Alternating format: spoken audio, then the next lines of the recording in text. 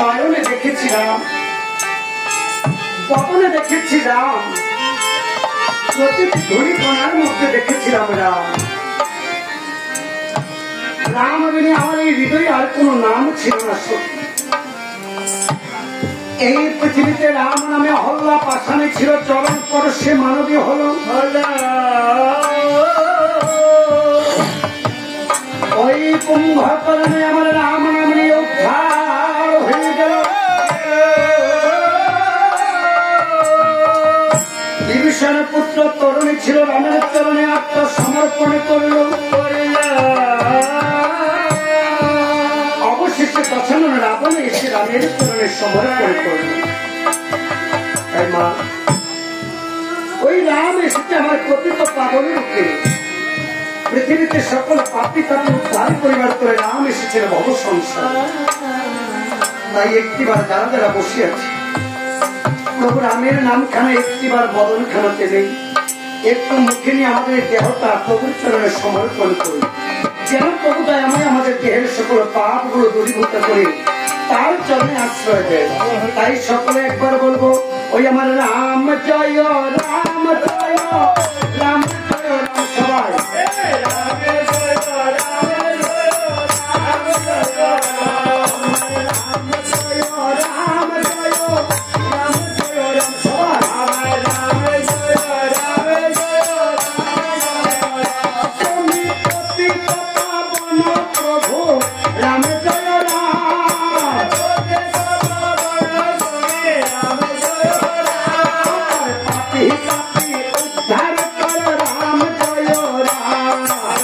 Beta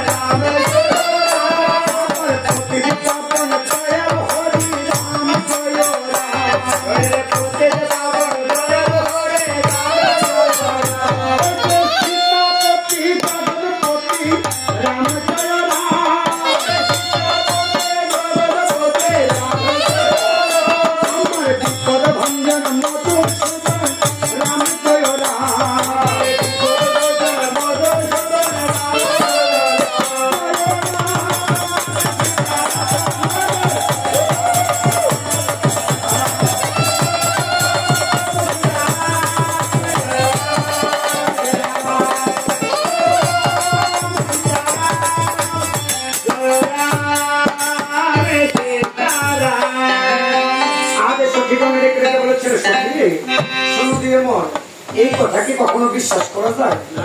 10-9 মাস যদি একজনের গৃহবন্দী থাকে তার মুখখানে না দেখে। মা একটা কথা রাখিও স্মরণ, বিপদে সুসময়ে বন্ধু হয় অনেকেই হয়, অসময়ে বাবা হায় হায় কেউ কারণ নয়।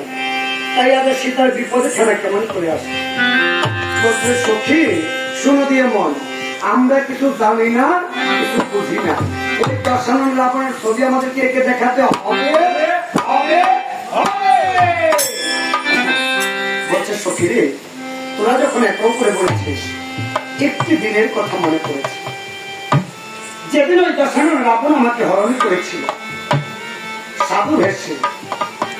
মা রাবণে কেন সাধু ভেসে হরণ করতে গেল? রাবণ কি পারেনি আর অন্য কোনো ভেড়াকে ধারণ করতে? কারণ রাবণ সাধু ভেসে কেন হরণ করেছে জানো? ওই রাবণ জানে যে সীতা হচ্ছে মহাশক্তি, সীতা হচ্ছে বৈকুণ্ঠের লক্ষ্মী। সীতা নামের তরুণী খানা যদি রাবণ তার ঘাটি বাঁধতে পারে তবে প্রভু নারায়ণ কিন্তু এমনিতেই দর্শন দেবে।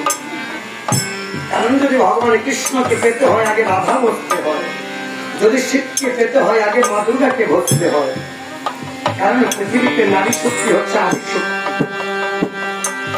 যেমন একটা ছোট্ট কথা মনে করেছে, 7 বছরের একটা বালক ছিল, তার বড্ড ইচ্ছা ছিল গোবিন্দ দর্শন। সে মাকে রেখে রেখে বলছে মা গো আমি একটু গোবিন্দ দর্শন করতে চাই। মা রেখে রেখে বলছে বাবা গোবিন্দ দর্শনটা বড় কঠিন, এক কাজ কর বাবা, ওই যে পাশে সাধুর আশ্রম আছে না, ওখানে গিয়ে তুই একটু দুধটুকু দিয়ে আয়, সাধু তার পূজা অভিষেকে বসবে। আজ গিয়ে দেখিবারে প্রায় ছোট্ট বালকটি সাধু শালগ্রাম সেবা নিয়ে বসে আছে, সম্মুখে কত কত ভক্ত। ডেকে ডেকে বলছেন ভগবানকে যদি ডাকার মতো ডাকতে পারো তবে কিন্তু ভগবানও দর্শন দেবে। ভগবানকে ডাকার মতো ডাকতে পারলে ভগবান দর্শন দেবে। আর যদি ভগবান দর্শন দেয় এই পৃথিবীতে আর কোনো দুঃখ কষ্ট থাকে না।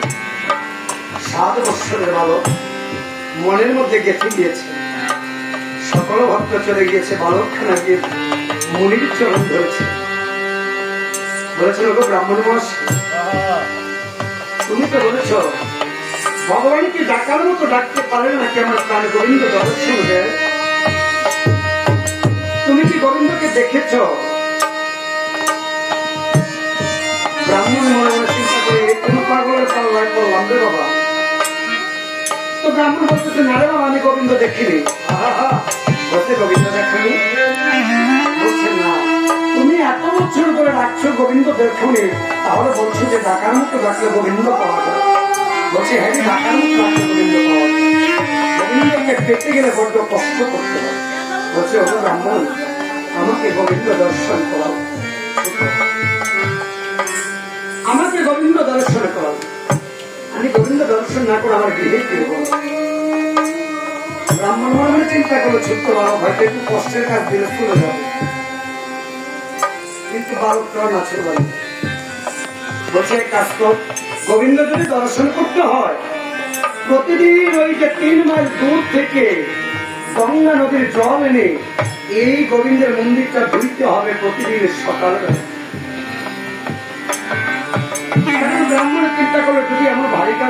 7 বছরের বালক সে কি কলস বইতে পারবে? মা তার মনে জেগে গিয়েছে গোবিন্দ দর্শন, তবে পৃথিবীতে আর কোন ধনের অভাব থাকে না। কারণ তার মা দিন ভিখারি, একটা মাত্র গাভী, সে গাভীর দুগ্ধটুকু বিক্রি করে যা পায় তা দিয়ে তারা মায়ের ছেলে আহার গ্রহণ করে গোবিন্দ সেবা করে। ওই শিশুটি প্রতিদিন ভোরবেলাতে 3 মাসের পর থেকে মাটির কলস মাথায় করে জল এনে গোবিন্দের মন্দির যেতে যেতে একটি বৎসর সন্তানকে রেখে রেখে হচ্ছে, গোবিন্দ এখনো কি আমাকে দর্শন দেওয়ার মতো সময় হয়নি? গোবিন্দ গোবিন্দ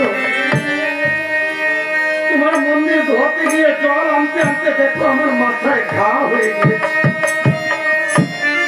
আমি তো ছোট্ট একটি বালক, আমি কেমন করে এত বড় খরচ বোঝাবো? আমি বলো আর কত কষ্ট করলে গোবিন্দ তোমাকে পাওয়া যাবে? এমনি সময় কিছুদিন যায়, গোবিন্দ আমার প্রতিদিন রজনীতে ওই মন্দির খানাতে এসে অষ্টসখী শ্রীমতী রাধারানীকে নিয়ে নিত্য বিলাস করে। আর ওই শিশুটি বারান্দাতে পড়ে থাকে। শিশুটির প্রাণ যাওয়ার মাত্র হয়তো আজকে রজনীটুকু বের হলেই শিশুটির প্রাণ চলে যাবে। এমনি সময় প্রতিদিন যখন শিশুটি মন্দির ধোয়ায়, আজ সকালে কষ্ট করে কলসি দিয়ে জল এনে মন্দির ধোয়াতে গিয়ে দেখে একখানা নুপুর পড়ে আছে। শিশুটি নুপুর খানা হাতে নিয়ে দেখিবার পায় কি অপরূপ সুন্দর নুপুর। তাই শিশুটি নুপুর খানা তার বক্ষে আগলে রেখেছে। ওই দিক দিয়ে শ্রীমতী রাধারানী বসে বসে তার কেশ বিলাস করছে। ললিতা সখী ডেকে রেখে বলছে, ও সখী একই হয়েছে, তোর চরণের আরেক পাটি নুপুর কোথায়? বলছে কি আমার চরণের আরেক পাটি নুপুর নেই? জানিস সখী, এই নুপুর খানা আমার গোবিন্দ, প্রাণ গোবিন্দ আমার চরণে বেঁধে দিয়েছিল। আজ সেই নুপুর থেকে এক পাটি হারিয়ে গেছে। না সত্যি, তাড়াতাড়ি চলে যাও ওই মন্দিরে, যে রাত্রে নিত্য বিলাস করছে ওই মন্দিরে মনে হয়ে রয়েছে। ললিতা সখী গিয়ে দেখিবারে পায় শিশুটি নুপুর খানার দিকে তাকিয়ে তাকিয়ে শুধু হা কৃষ্ণ করছে। ললিতা গিয়ে রেখে বলছে, শিশু শিশু এই নুপুর খানা শ্রীমতী রাধারানীর দিয়ে দাও।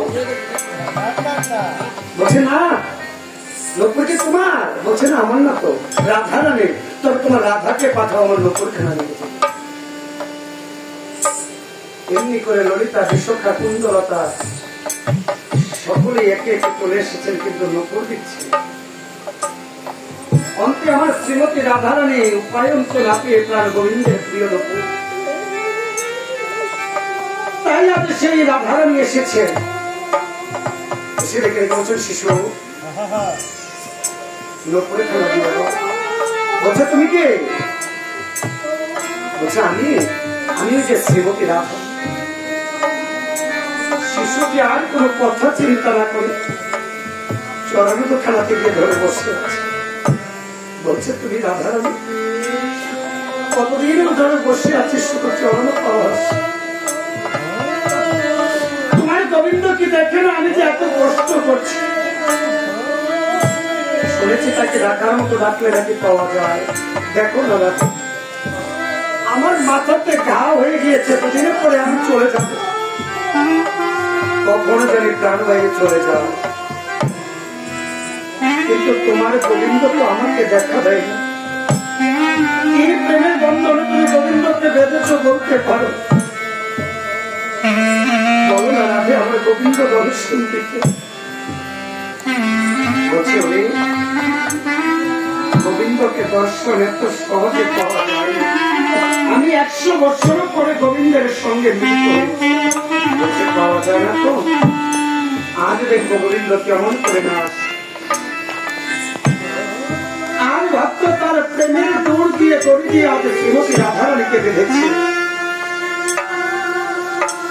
বলছে আমি তোমাকে বেঁধে রাখলে গোবিন্দ পাবো, কারণ আমি শুনেছি গোবিন্দকে পেতে গেলে আগে রাধারানীকে একটি বন্ধন করতে হবে। রাধে, আজ তোমাকে আমি আমার প্রেম বন্ধনে বন্ধন করেছি। রাধে, ওদিকে ললিতার সখা সখী গিয়ে গোবিন্দকে বলছে, গোবিন্দ ছোট্ট বালককে শ্রীমতী রাধারানীকে বন্ধন করেছে। গোবিন্দ বলছে, ললিতে আমি ছোট্ট শিশুটিকে অনেক আগেই দর্শনে দিয়ে দিতাম, কিন্তু দর্শনে দিলে তো সে কখনো যুগল দর্শনে পেত না, কারণ দর্শনে দিলে আমি গোবিন্দ একমাত্র কিন্তু আজ আমার শ্রীমতী রাধারানী অগ্রে গিয়েছে, আমি গেলে তো তাকে যুগল দর্শন দেওয়া হবে। আজ ভক্তের মন হর্ষরা পুরাইতে প্রভু বৈকুণ্ঠ ছেড়ে চলে এসেছিল মর্তে। যখন শিশুটি আমার যুগলে রাধা গোবিন্দ দর্শন করেছে, ডেকে ডেকে বলেছে, ওরে শিশু তুই কি চাই, তুই কেন আমাকে এমনি ভাবে বন্ধন করেছিস? শিশুটি এতদিন ভেবেছিল পার্থিব ধন চেয়ে নেবে, অর্থ চেয়ে নেবে, সম্পদ চেয়ে নেবে, যেন তার মায়ের অভাব না থাকে। কিন্তু শিশুটি আজ যুগল দর্শন করে ডেকে ডেকে বলছে, ওই আমার চরণ ছাড়া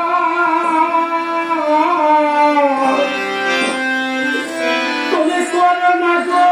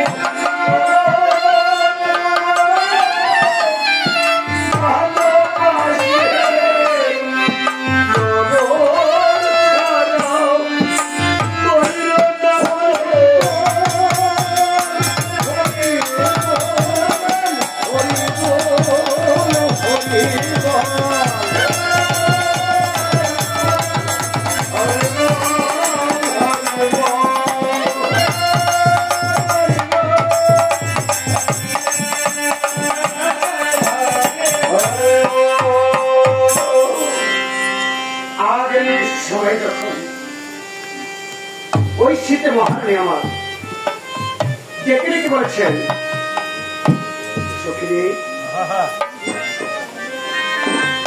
সেদিন ওই রামানাকে যখন হরণ করেছি সাধু বেশে হরণ করেছিল, কারণ বৈষ্ণবকে যদি নিমন্ত্রণ করতে হয়, ব্রাহ্মণকে নিমন্ত্রণ করতে হয়, অগ্রে নীতিকে বলে বসন নিতে হয়, দিনহীন কাঙ্গাল বেশ ধারণ করে ব্রাহ্মণ বৈষ্ণবকে নিমন্ত্রণ দিতে হয়।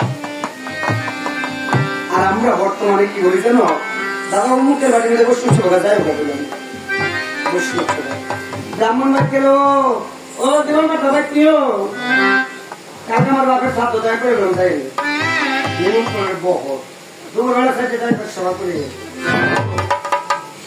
নিমন্ত্রণের বহরটা ভালো।